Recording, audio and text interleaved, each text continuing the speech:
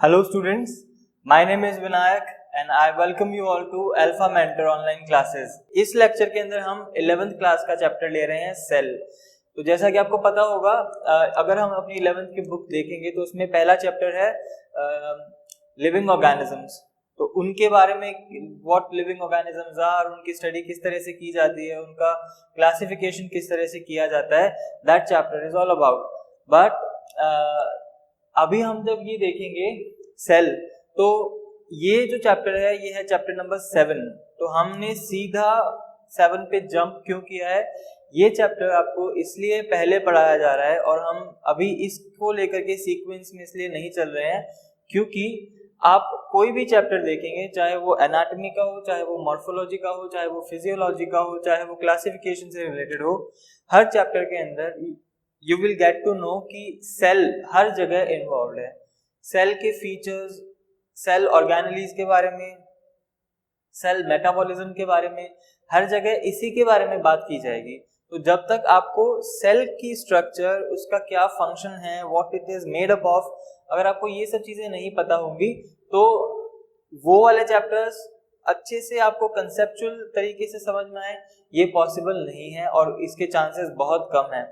तो हम इसीलिए सेल पहले देख रहे हैं ताकि हम लोग फंडामेंटल चीजें जो है, जो बेसिक चीजें हैं, वो क्लियर कर ले।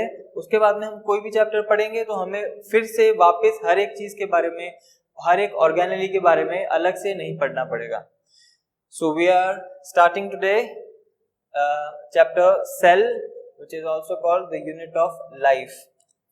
तो अब as you are studying biology now, तो ये बहुत बेसिक सी चीज है। You should know the meaning of word biology. आपको अगर बायोलॉजी में कोई भी चीज समझ नहीं है अच्छे से, तो सबसे पहले वो टर्म क्या है, उसका मीनिंग क्या है, आप ये समझ लें। बायोलॉजी में को हम डिवाइड करते हैं, तो पहली बात तो ये कि ये एक ग्रीक लैंग्वेज का वर्ड है। Which language? ग्रीक वर्ड है जो दो वर्ड से मिलकर बना है। One is BIOS and the second one is logos. BIOS means living and logos means the study of. So biology means the study of living beings or living organisms. तो इस chapter में हम, इस branch में हम, science की इस branch में हम बात करेंगे about the livings only. Non living objects के बारे में आप बात करेंगे केमिस्ट्री में एंड फिजिक्स में। यहाँ पे we are only concern with the living objects. उनकी स्टडी किस तरह से करनी है, उनकी मॉर्फोलॉजी, उनका आउटर स्ट्रक्चर कैसा है, व्हाट इज देयर एनाटॉमी, अंदर से उनका जो टिश्यू कंपोजिशन है वो क्या है, तो ये सब के बारे में हम बात करेंगे। बायोलॉजी में कुछ जनरल चीजें और हमको ध्यान देनी है, that who is the father of biology. तो इसका जवाब है Aristotle. Which scientist? Aristotle is known as the father of biology as well as the father of zoology. अब हम आते हैं father of botany पे। Father of botany. So we know that biology is further divided into two subgroups, sub branches. कौन कौन सी? एक तो zoology जिसमें हम बात करते हैं about animals, botany is concern with plants. तो father of botany is Theophrastus, is known as the father of botany. And because we are Indians, तो हमको ये भी पता होना चाहिए कि इंडिया में बॉटनी के रिगार्डिंग वो कौन से साइंटिस्ट है जिन्होंने सबसे ज्यादा, सबसे अच्छा काम किया। Father of botany in India, father of botany, father of botany in India is William Roxburgh. So he is Englishman जिन्होंने इंडिया में इंडियन फ्लोरा पे बहुत बुक्स लिखी थी। उन्हें एक्सप्लोर किया था। तो फादर ऑफ इंडियन बॉटनी आपको पूछे या बॉटनी इन इंडिया पूछे तो आप क्या बोलेंगे? William Roxburgh. Father of botany world wide, Theophrastus. Father of biology, Aristotle. Father of zoology world wide, Aristotle. Father of zoology in India भी इन्हीं को कंसिडर किया जाता है। There is no not a specific man. एक है जिनका नाम है राहुल कुमार शर्मा, आर.के. शर्मा, उनको कंसिडर किया जाता है। तो आप ये ध्यान रखें, वर्ल्ड वाइड जूलॉजी के father Aristotle, world wide botany के फादर थियोफ्रास्टस। अब हम चलते हैं आगे। आपने जो बायोलॉजी है इसमें पढ़ना है अबाउट लिविंग। तो आपको पता कैसे चलेगा कि कोई ऑब्जेक्ट लिविंग है या फिर नहीं है? तो ये आइडेंटिफाई करने के लिए वी कंसिडर सम फीचर्स जिनसे हमको ये पता चलता है कि कोई ऑर्गेनिज्म लिविंग है या नहीं है। ये फीचर्स हमारे पास में दो तरीके के हैं। एक है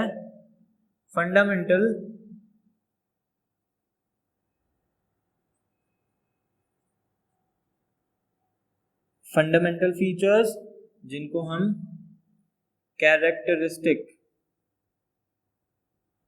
फीचर्स भी कहते हैं। दूसरे है डिफाइनिंग फीचर्स। ये वो हैं जिनमें एक्सेप्शंस मिलते हैं। These are those features which have some exception.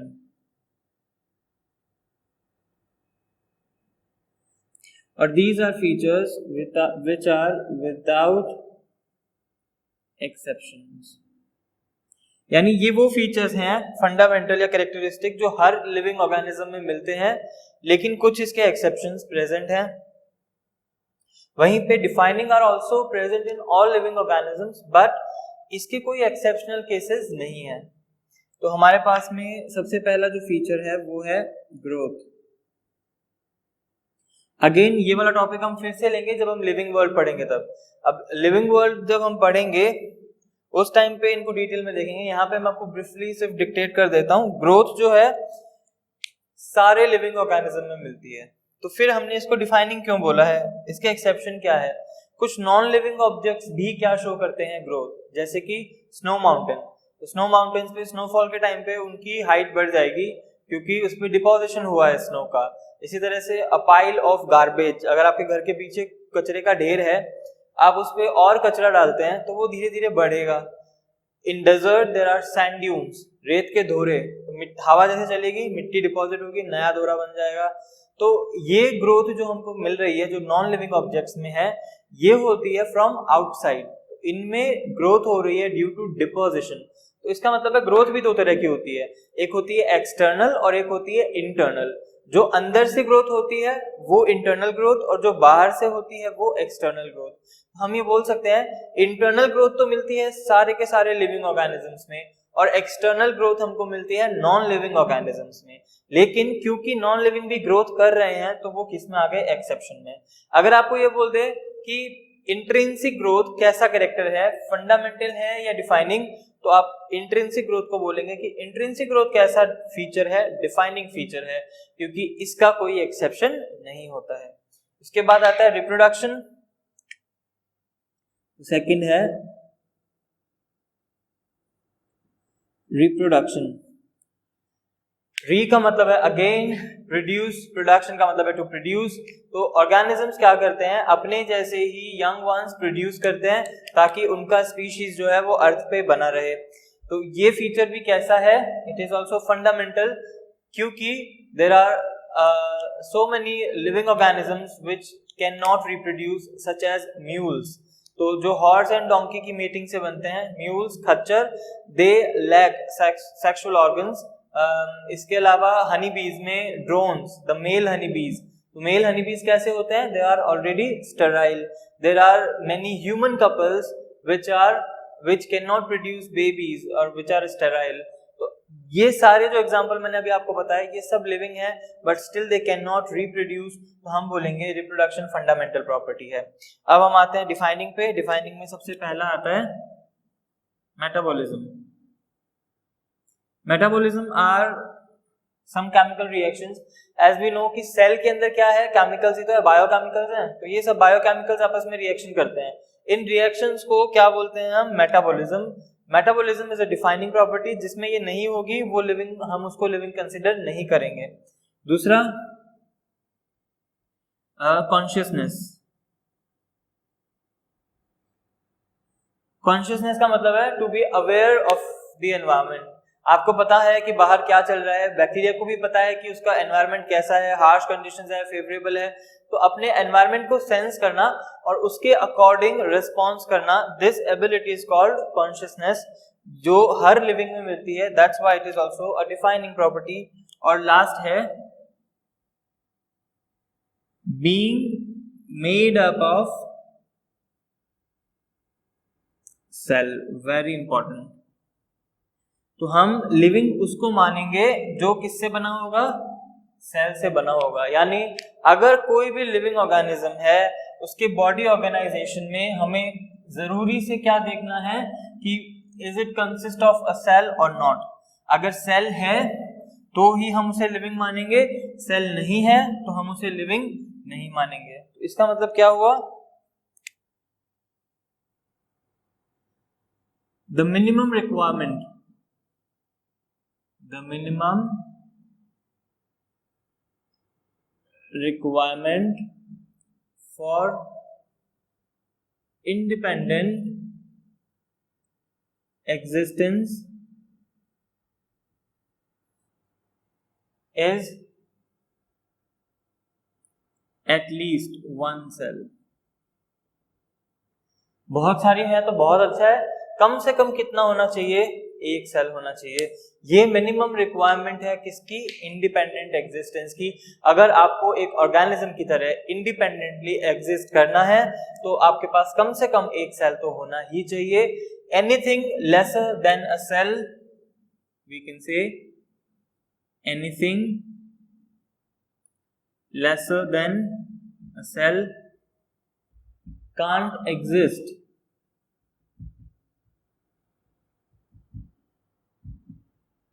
Independently. तो जिनमें सेल से थोड़ा कम मिलता है वो इंडिपेंडेंटली एग्जिस्ट नहीं कर सकते हैं। ठीक है, तो अब हम चलते हैं नेक्स्ट पे। तो क्या आपके दिमाग में ऐसा कोई ऑर्गेनिज्म आ रहा है जो आपको लगता है कि सेल से कम है? तो एक ऑर्गेनिज्म है जो कि है वायरस। Viruses are एसेल्यूलर। इनको क्या बोला जाता है, एसेल्यूलर, और इनको बोला जाता है नॉन सेल्यूलर, क्योंकि इनके पास सेल नहीं होती है। तो क्या ये एक्सेप्शन हो गया है जो अभी हमने बताया था, defining feature that organism should have at least one cell, क्या इस फीचर को ये वायलेट नहीं कर रहा है? क्योंकि इसके पास तो एक भी सेल नहीं है, तो ये लिविंग भी नहीं है। वायरस जो होते हैं outside host, they are dead, और तब इनको बोला जाता है virions. Virions are inactive viruses. ये सिर्फ लिविंग तब होते हैं, ये एक्टिव सिर्फ तब होते हैं जब ये किसी होस्ट सेल पे कब्जा कर लेते हैं। Outside the host viruses are non living, dead, और दे आर इनएक्टिव। तो हम बोल सकते हैं कि वायरसेस जो हैं वो कैसे हैं, ए सेल्यूलर है या फिर non cellular. Acellular means they lack a cell, इनके पास एक सेल नहीं है या इनके पास सेल नहीं होती है। Non cellular also means that कि they are not consist of any cell. तो अब हमने बोला जो ऑर्गेनिजम्स हम देखेंगे उनमें दो ग्रुप बन जाएंगे, एक होंगे यूनिसेल्यूलर्स और दूसरे होंगे मल्टी सेल्यूलर। वो जिनमें एक सेल होती है, which are consist of only one cell, उनको हम क्या बोलेंगे, unicellulars. They are also called acellulars. इनको क्या बोल सकते हैं हम, ए सेल्यूलर बोल सकते हैं। लेकिन ये जो टर्म है नॉन सेल्यूलर, ये सिर्फ किसके लिए यूज की जाती है, वायरस। इनको नॉन सेल्यूलर नहीं बोलेंगे, इनको क्या बोलेंगे, ए सेल्यूलर। ऐसा क्यों बोला जाता है, all essential activities are done by single cell। जैसे कि आप जितनी भी एक्टिविटीज माने, जैसे कि मान लीजिए इसको रेस्पिरेशन करना है तो कौन करेगी? एक सेल, यही सेल करेगी। डाइजेशन करना है तो यही करेगी। एक्सक्रेशन करना है तो यही सेल करेगी। रिप्रोड्यूस करना है तो यही सेल करेगी। ये जितने भी वाइटल फंक्शंस है, एसेंशियल फंक्शंस जो सरवाइव करने के लिए बहुत जरूरी है, ये सारे काम यहाँ पे यही सेल कर रही है। यानी ये एक सेल नहीं है, ये इनकी पूरी बॉडी को रिप्रेजेंट करती है। इसी वजह से इन्हें क्या बोल दिया जाता है? ए सेल्यूलर्स। एग्जाम्पल है यहाँ पे हमारे पास में 2 किंगडम। जब हम पढ़ेंगे क्लासिफिकेशन तब हम बात करेंगे 5 किंगडम सिस्टम की, जो कि दिया था आर.एच. व्हिटेकर ने। आर.एच. व्हिटेकर के अकॉर्डिंग जो स्टार्टिंग के 2 किंगडम हैं जिनमें है Monera, kingdom Monera and kingdom protista. ये दोनों जो किंगडम है इनमें आने वाले ऑर्गेनिजम्स कैसे हैं? यूनिसेल्युलर हैं। फिर इनमें डिफरेंस क्या है? ये प्रोकैरियोटिक है और ये वाले सारे यूकैरियोटिक हैं। अब प्रोकैरियोटिक यूकैरियोटिक क्या है, ये इसी चैप्टर में आगे जब हम सेल टाइप पढ़ेंगे उसमें आएगा। तो मोनेरा के अंदर एग्जांपल्स हो गए बैक्टीरिया, प्रोटिस्टा का एग्जांपल हो गया अमीबा। मल्टी सेल्यूलर में अगर हम देखें तो they are consist of multiple cells. They are consist of multiple cells, बहुत सारी सेल से बने हैं और इसी वजह से इनमें मिलता है डिवीजन ऑफ लेबर। यानी यहां पे क्या होगा? सेल्स मिलके बनाएंगी टिश्यू। सेल आपस में मिलके क्या बनाती हैं? टिश्यू। टिश्यू मिलके बनाएंगे ऑर्गन, ऑर्गन मिलके बनाएंगे ऑर्गन सिस्टम। ये अरेंजमेंट मिलता है और हर एक ऑर्गन अपना स्पेसिफिक काम करेगा। जैसे हार्ट ऑर्गन है, अपना स्पेसिफिक काम करता है। एलिमेंट्री कैनाल अलग अलग ऑर्गन से मिलकर बनी है, सारे अपना स्पेसिफिक फंक्शन करते हैं। यानी यहाँ पे डाइजेशन के लिए, सर्कुलेशन के लिए, रेस्पिरेशन के लिए अलग अलग ऑर्गन्स बना दिए, उनका अपना अपना अपना काम उनको सौंप दिया है। इसको हम क्या बोलते हैं? डिवीजन ऑफ लेबर बोलते हैं। जैसे कि स्कूल में टीचर अगर आपको पढ़ाने आ रहा है, ऐसा थोड़ी होता है कि एक ही टीचर जो है वो आपको सारी चीजें पढ़ा देगा। वो आपको फिजिक्स भी पढ़ा देगा, आपको केमिस्ट्री भी पढ़ा देगा, बॉटनी भी पढ़ा देगा, जोलॉजी भी पढ़ा देगा। ऐसा हो नहीं सकता। तो ऐसा तभी हो सकता है जब कोई टीचर जो है वो बहुत या तो छोटी क्लासेस में पढ़ा रहा है या फिर बहुत स्मॉल लेवल पे अगर कोई ऑर्गेनाइजेशन चल रहा है, जैसे कि यूनिसेल्युलर। तो इस केस में एक ही सेल सारा काम कर रही है। तो अगर बहुत छोटा कोई ऑर्गेनाइजेशन है, छोटे बच्चों की स्कूल है, तो उसमें कोई एक जना सारे सब्जेक्ट पढ़ा भी सकता है, क्योंकि इतना जो नॉलेज है वो कोई एक बंदा उसको होता भी है और वो बता भी सकता है। लेकिन बड़े ऑर्गेनाइजेशंस के अंदर कोई एक सेल या कोई एक इंसान सारे काम नहीं कर सकता। यहाँ पे आपको क्या करना पड़ेगा? बॉटनी पढ़ाने के लिए अलग टीचर, जोलॉजी के लिए अलग टीचर, तो हर एक में जो स्पेशलाइज्ड टीचर्स हैं उनकी जरूरत पड़ेगी। इसी को हम क्या बोलते हैं? Division of labour. जब हम काम को बांट देते हैं, तो ये जो डिवीजन ऑफ लेबर है ये हमें किन में मिलता है? मल्टी सेल्यूलर्स में देखने को मिलता है। तो जो टिश्यू लेवल ऑर्गेनाइजेशन है ये हमें मिलता है फंजाई में, किंगडम नंबर 3। तो किंगडम 1 कौन सा है? मोनेरा। किंगडम 2 कौन सा है? प्रोटिस्टा। ये दोनों कौन से है? यूनिसेल्युलर वाले। फंजाई में कौन सा ऑर्गेनाइजेशन है? टिश्यू लेवल, या फिर हम बोल सकते हैं लूज टिश्यू लेवल ऑर्गेनाइजेशन मिलता है किनमें? फंजाई में। एक यूनिसेल्युलर भी है फंजाई, एक्सेप्शनल केस है यूनिसेल्युलर फंजाई, जो कि है यीस्ट। तो यीस्ट इकलौता ऐसा यूनिसेल्युलर ऐसा फंजाई है जो कैसा है? यूनिसेल्युलर। बाकी फंजाई में कौन सा ऑर्गेनाइजेशन मिलता है? Tissue level. Organ level organization आपको मिलेगा किंगडम प्लांटी में। Kingdom plantae has organ level organization और ऑर्गन सिस्टम लेवल ऑर्गेनाइजेशन आपको मिलेगा इन किंगडम एनिमेलिया। ठीक है, तो यहां से हमको ये बात पता चलती है कि आपको अगर इंडिपेंडेंटली एग्जिस्ट करना है, सर्वाइव करना है एज एन ऑर्गेनिज्म, तो आपके पास में कम से कम क्या होना चाहिए, आपके पास में एक सेल होना ही चाहिए। अगर सेल नहीं होगा तो आप इंडिपेंडेंटली एग्जिस्ट नहीं कर पाएंगे। द स्टडी ऑफ सेल, हम वही तो कर रहे हैं अभी, is called cytology, the branch of science which mainly concerned with the study of cell is called cytology। तो हम अभी साइटोलॉजी ही देख रहे हैं, सेल की स्टडी ही कर रहे हैं। अब हम यहाँ पे बात करते हैं about discovery of cell.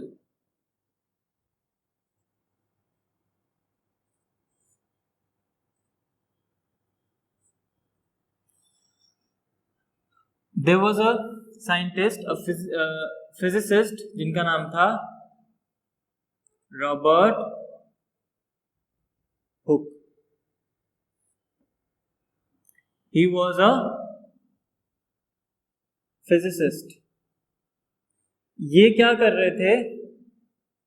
He was working on a primitive type of microscope। ये क्या कर रहे थे? He was working on a primitive microscope, एक पुराना जुगाड़ू माइक्रोस्कोप बना रहे थे with help of arrangement of lens। ये बात है 1665 की। तो 1665 में he was working on a primitive microscope, और इन्होंने एक जुगाड़ू माइक्रोस्कोप बना भी लिया था। अब इनको ये था कि उसमें देखो क्या, तो इन्होंने क्या किया, पास जहां ये एक्सपेरिमेंट कर रहे थे वहां पे, जैसे आज हम बॉटल्स देखते हैं, बॉटल्स के ऊपर प्लास्टिक का या मेटल का ढक्कन लगा होता है, पहले बॉटल्स के ऊपर कॉर्क लगाते थे उसको सील पैक करने के लिए। तो इन्होंने पास में देखा बॉटल पड़ी थी, बॉटल के ऊपर कॉर्क पड़ा था, तो उन्होंने क्या किया, कॉर्क की एक थिन स्लाइस निकाल ली और उसको ऑब्जर्व किया। He observed a thin slice of cork. अब अगेन कॉर्क क्या है, यहाँ पे थोड़ा सा इसको देख लेते हैं, इसको हम पढ़ेंगे कहाँ पे, एनाटॉमी ऑफ एंजियोस्पर्म में। जो कॉर्क है ये है प्लांट टिश्यू। तो पहली बात ये, कौन सा टिश्यू है, प्लांट टिश्यू। इसमें होती है सुबेराइज्ड सेल्स, ऐसी सेल जिनमें सुबेरिन का डिपोजिशन होता है। Suberin is a wax, suberin wax है, वाटर रिपेलेंट होता है, इसीलिए इसको ढक्कन बनाने में काम में लेते थे, क्योंकि इससे वाटर आर पार ट्रांसपिरेट नहीं हो सकता, या ये क्या करेगा, उसको पूरी तरह से सील पैक कर देगा। सुबेराइज्ड सेल से बना होता है cork. Suberin is a vaccine material, और ये सेल क्योंकि वैक्स है ये, तो ये सेल्स कैसी होती हैं, डेड। तो उन्होंने जो स्ट्रक्चर देखी वो प्लांट टिश्यू था, सुबेराइज सेल का बना हुआ था, और वो कैसे थे, डेड सेल्स थी। उन्होंने उसको ऑब्जर्व किया and he saw a honeycomb like structure, honeycomb like structure. उनको मधुमक्खी का जो छत्ता होता है वैसी स्ट्रक्चर उसके अंदर दिखाई दी। तो मधुमक्खी का जो छत्ता है उसके अंदर क्या होंगे, बहुत सारे कंपार्टमेंट्स मिलते हैं, खाली जगह, खाली कंपार्टमेंट्स, राइट, जिसमें जो हनी बीज है वो अपने अंडे रखती हैं इस तरीके से। तो ये खाली कंपार्टमेंट्स है, एम्प्टी कंपार्टमेंट्स। तो ऐसे ही एम्प्टी कंपार्टमेंट्स इन्हें दिखाई दिए, तो इन्होंने ही सॉ एम्प्टी कंपार्टमेंट्स, जिनको ग्रीक में बोलते हैं सेला। तो इन्होंने इन एम्प्टी कंपार्टमेंट जो उन्होंने देखे उसको क्या नाम दे दिया, सेला, विच नाउ कॉल्ड सेल, जिसको आज हम क्या बोलते हैं, सेल बोलते हैं। तो रॉबर्ट हुक ने पहली बार सेल को ऑब्जर्व किया, और सेल का को नाम जो दिया था वो भी किसने दिया था, रॉबर्ट हुक ने दिया था। He not only discovered cell but he also named the cell. He discovered as well as name cell। ये सारी जो इन्होंने डिस्कवरीज की, अपनी ऑब्जर्वेशंस थी, इनको अपनी 1665 में ही अपनी बुक में लिखा जिसका नाम है माइक्रोग्राफिया। तो इन्होंने बुक लिखी जिसका नाम क्या है, माइक्रोग्राफिया।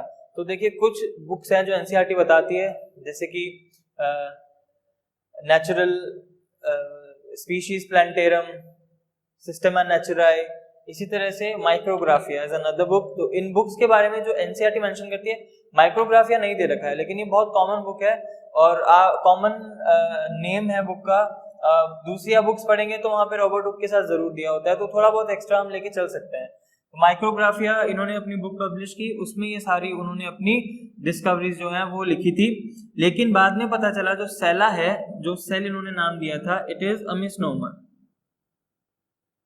ये क्या है, गलत नाम है, इज अ मिसनोमर। ऐसा क्यों? क्योंकि सेल जब हम यूज करते हैं तो हम यूज करते हैं वो लिविंग एंटिटी के लिए, राइट? लिविंग स्ट्रक्चर के लिए सेल टर्म यूज किया जाता है, लेकिन इन्होंने जो देखा था ये क्या थी, ये थी डेड सेल। यानी सेल जो वर्ड है वो डेड ऑब्जेक्ट के लिए यूज किया गया था, लेकिन आज हम इसको किसके लिए यूज कर रहे हैं, लिविंग एंटिटी के लिए। तो इट इज अ मिसनोमर। लेकिन अब इसको करेक्ट इसलिए नहीं कर सकते क्योंकि ये इतना वाइडली यूज टर्म हो गया है कि अब इसको चेंज करना जो है वो मुश्किल है। तो this is all about the discovery of cell. तो अगर आपसे सिर्फ ये पूछता है हु डिस्कवर्ड सेल, तो आप बोलेंगे रॉबर्ट हुक। लेकिन अब यहाँ पे अगर वो लिविंग और डेड लगा देता है तो क्वेश्चन थोड़ा सा घूम जाता है। अगर आपसे वो पूछता है हु डिस्कवर्ड लिविंग सेल, तब आप रॉबर्ट हुक नहीं बोलेंगे। अगर आपसे पूछा जाता है हु डिस्कवर्ड डेड सेल, तो आप क्या बोलेंगे, रॉबर्ट हुक। तो अब हम चलते हैं नेक्स्ट टॉपिक पे कि लिविंग सेल फिर किसने डिस्कवर किया था। There was a scientist called Anton von Leeuwenhoek. कौन थे? Anton von Leeuwenhoek. In 1672, he was working on a self-made improved microscope.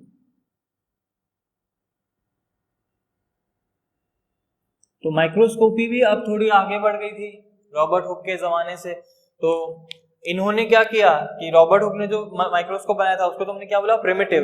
इन्होंने थोड़ा उससे अच्छा माइक्रोस्कोप बना दिया जिसको हम क्या बोलते हैं, improved microscope. He was also physicist. ये भी क्या बना रहे थे, इम्प्रूव्ड माइक्रोस्कोपी पे काम कर रहे थे, माइक्रोस्कोप बना रहे थे। और इन्होंने क्या बनाया, एक इम्प्रूव्ड माइक्रोस्कोप इन्होंने डेवलप किया। फिर उन्होंने सोचा कि मैं क्या देखूं उसके अंदर। तो सबसे पहले ये इन्होंने देखा रेन वाटर। सबसे पहले इन्होंने ऑब्जर्व किया रेन वाटर, जिसमें इनको कुछ नहीं मिला, because rain water is the pure form of water है ना, स्टेराइल वाटर है वो, क्योंकि कंडेंसेशन से बना है, बारिश हुई है, उसमें बीच में कोई इम्प्योरिटी मिली नहीं, कोई ऑर्गेनिज्म उसमें कहाँ से मिलेंगे। तो रेन वाटर में इनको कुछ नहीं मिला। लेकिन फिर इन्होंने ये गए पॉन्ड पे और ले आए पॉन्ड वाटर पास से। क्या ले आए, पॉन्ड वाटर। और जब इसको उन्होंने ऑब्जर्व किया तो इसमें उनको बहुत सारी चीजें दिखाई दी। इनको इस पॉन्ड वाटर में दिखाई दिए बैक्टीरिया, इनको दिखाई दिए सम प्रोटोजोआ, इनको दिखाई दिए सम स्पर्मेटोजोआ, और इनको दिखाई दी आरबीसी। तो ये जो सारी चीजें थी, बैक्टीरिया, प्रोटोजोआ, स्पर्मेटोजोआ, ये सारी मूविंग सेल्स थी। मूविंग थी, इसका मतलब ये कैसी थी, लिविंग। यानी पहली बार लिविंग सेल ऑब्जर्व करने का क्रेडिट किनको दिया जाता है, एंटोन वॉन ल्यूवेनहॉक को ये क्रेडिट दिया जाता है। इन सबको इन्होंने नाम दे दिया था एनिमल क्यूल्स। इन सबको इन्होंने क्या बोला, animalcules, because these all were moving cells, सारी मूविंग स्ट्रक्चर्स थी। This is about the discovery of living cells or observation of living cell. The dead cell, Robert Hooke, observation of living cell for the first time, Anton von Leeuwenhoek. इसी के बाद आए Robert brown. तो Robert brown was a botanist. और ये plant tissue पे काम कर रहे थे। तो इन्होंने क्या किया, ऑर्किड प्लांट की रूट सेल ऑब्जर्व कर रहे थे, उसमें डिस्कवर किया इन्होंने न्यूक्लियस। तो इन्होंने डिस्कवर किया किसे, न्यूक्लियस को। कहां पे, in the root cell of orchid plant. अब ऑर्किड काफी एक्सोटिक प्लांट है, जिनको आप हर चैप्टर में आगे कहीं ना कहीं इनकी बात जो है निकल आती है, तो कुछ बेसिक चीजें इनके बारे में आपको पता होनी चाहिए, क्योंकि ये कॉमन नहीं है भाई। ऐसा नहीं है ना कि हम निकले कहीं घर के बाहर और हमने देख लिया यहाँ पे लगा हुआ है वहां पे लगा हुआ है, कॉमन प्लांट नहीं है। तो इनके बारे में कुछ डिटेल्स ले लेते हैं। आपको याद रखना है, ऑर्किड्स आर एंजियोस्पर्म्स, ये तो आपको समझ आ गया होगा, क्योंकि ऑर्किड्स को ग्रो किया जाता है फॉर द ब्यूटीफुल फ्लावर्स, तो इनको बुके में इनके फ्लावर्स यूज किए जाते हैं। तो ऑर्किड्स एंजियोस्पर्म है क्योंकि फ्लावर बना रहे हैं। दे आर मोनोकॉट्स, कैसे हैं ये, दे आर मोनोकॉट्स। साथ में दे आर एपिफाइट्स। कैसे प्लांट्स होते हैं ये, एपिफाइट्स होते हैं, यानी ये दूसरे प्लांट पे ग्रो करते हैं, दूसरे प्लांट्स की सरफेस पे ग्रो करते हैं फॉर स्पेस, तो इनको बोला जाता है दे आर स्पेस पैरासाइट। तो अगर आपको देखना है ऑर्किड प्लांट तो आप चले जाओ मैंगो गार्डन में। तो जो मैंगो ऑर्किड्स होते हैं, अगर वहां पे आप चले जाएंगे तो वहां पे आपको बहुत सारे ऑर्किड प्लांट्स दिख जाएंगे growing on the bark of mango tree. तो ये किसके लिए ग्रो करते हैं, स्पेस के लिए। इनको न्यूट्रिएंट्स नहीं चाहिए, इनको सिर्फ क्या चाहिए, स्पेस। तो इसीलिए इनको क्या बोलते हैं, एपीफाइट्स, राइट। तो this is about orchid plant. तो इन्होंने 1831 में, कब की बात है ये, 1831 इन्होंने ऑर्किड सेल, ऑर्किड प्लांट का रूट सेल देखा, उसमें किसको डिस्कवर किया, न्यूक्लियस को इन्होंने डिस्कवर किया। तो this is about discovery of cell. अब हम चलते हैं एक साइंटिस्ट की और बात कर लेते हैं यहाँ पे, परकिंजे।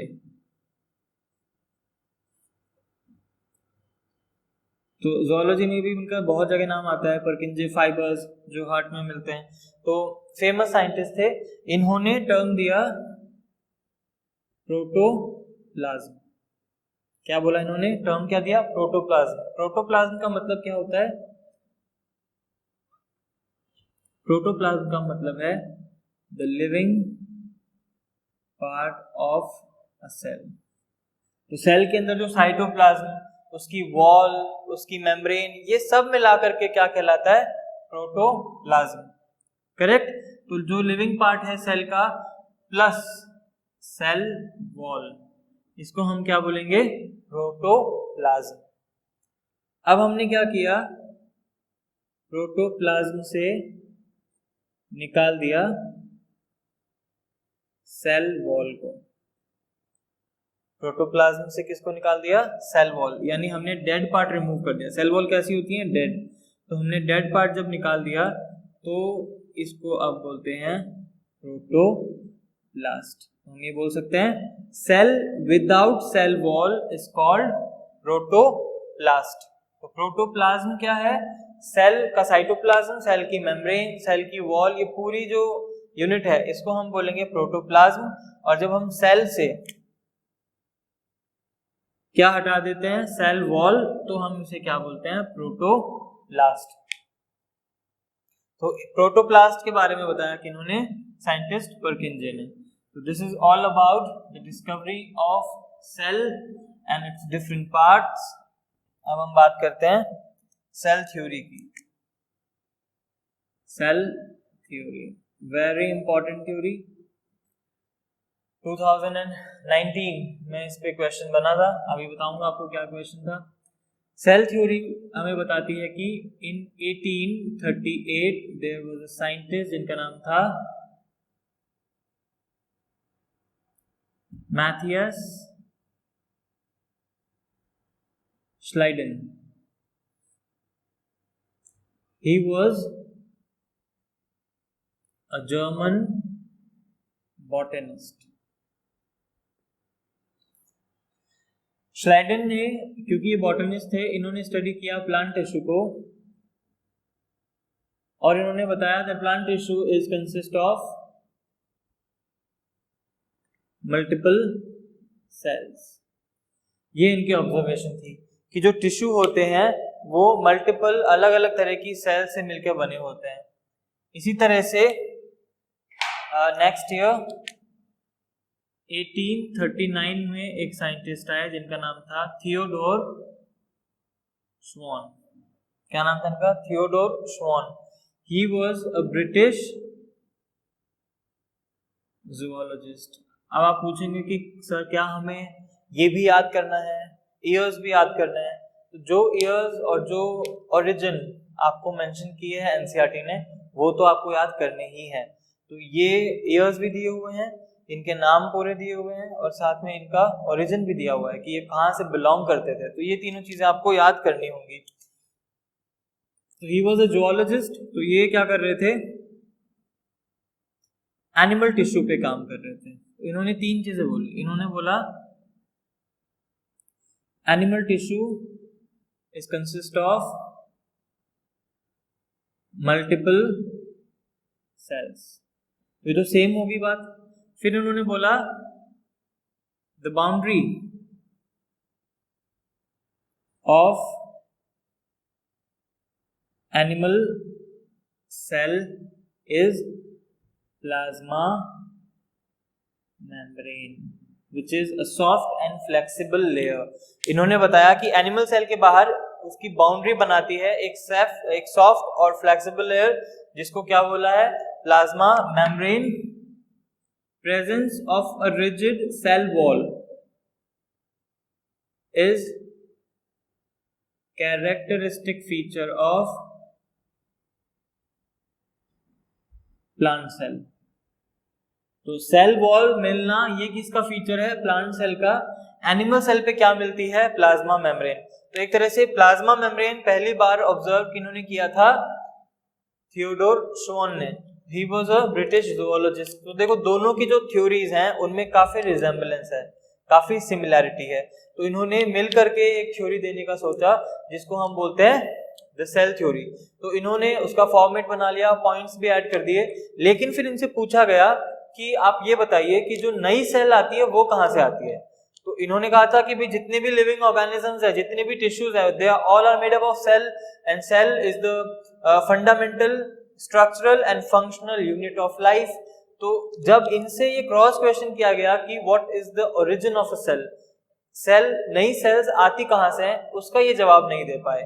तो इन्होंने हेल्प ली अपने मेंटर की। आपको दिक्कत होती है, आप अपने मेंटर के पास जाते हैं, ये अपने मेंटर के पास गए। इनके मेंटर थे रुडोल्फ वर्चो। 1855 में रुडोल्फ वर्चो ने एक स्टेटमेंट पास किया जो था ओमिनिस सेल्यूला ई cellular, which means each new cell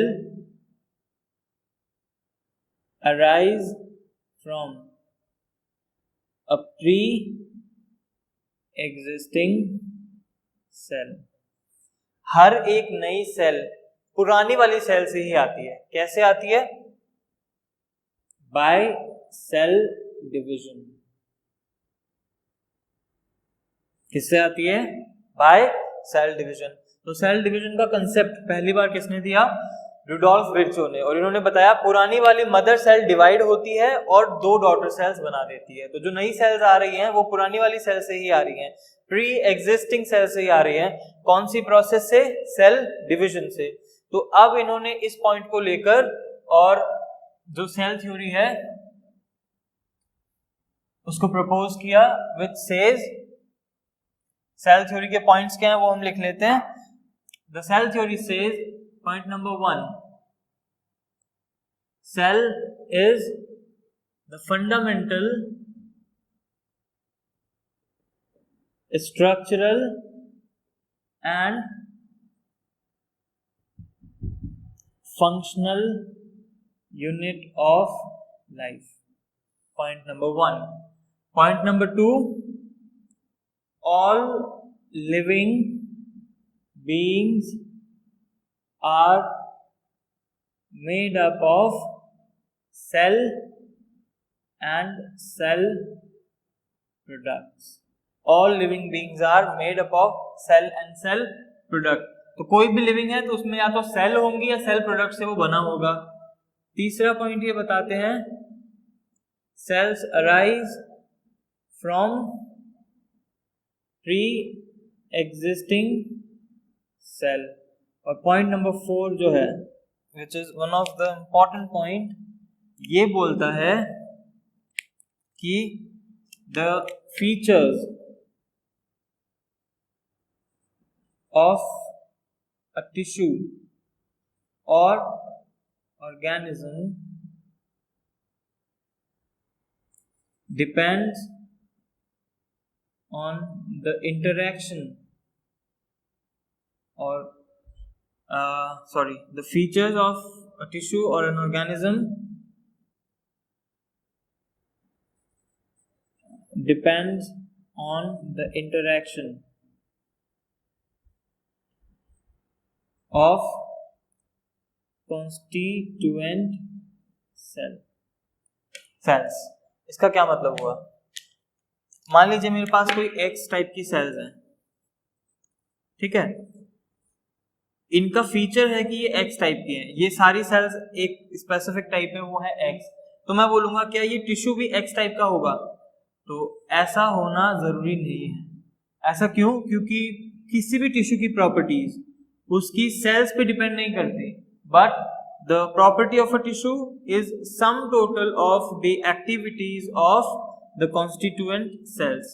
तो इनकी जो कॉन्स्टिट्यूएंट सेल्स है जिनसे ये बने हुए हैं वो किस तरह के इंटरेक्शन करती है, ये डिसाइड करेगा कि उस टिश्यू की और उस ऑर्गेनिज्म की प्रॉपर्टीज क्या होंगी। ठीक है, तो ये 4 पॉइंट को लेकर के बनी सेल थ्योरी, जिसको हम बोलते हैं मॉडर्न सेल थ्योरी। तो इस टॉपिक में, इस लेक्चर में हमने किया है सेल का इंट्रोडक्शन और सेल थ्योरी तक। अब आगे हम पढ़ेंगे द ओवरव्यू ऑफ सेल, जिसको हम लेते हैं नेक्स्ट लेक्चर में।